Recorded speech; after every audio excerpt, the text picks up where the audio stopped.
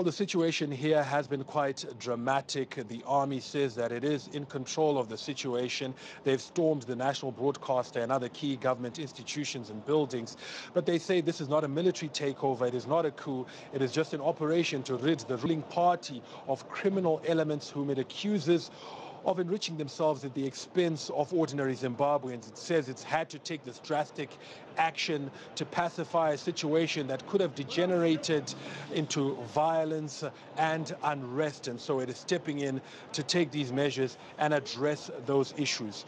In terms of going after some of those criminal elements, the homes of a number of government ministers as well as higher-ranking ZANU-PF officials were stormed overnight as the army moved in to try and detain some of these elements who it says have basically misdirected and hijacked the ruling party and seen it deviate from its mandate.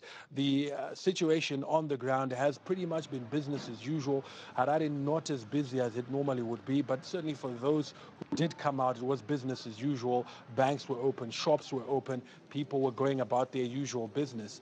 The army was present, though, especially around those key government installations, the parliament buildings, and indeed some of the government offices, as well as the court houses.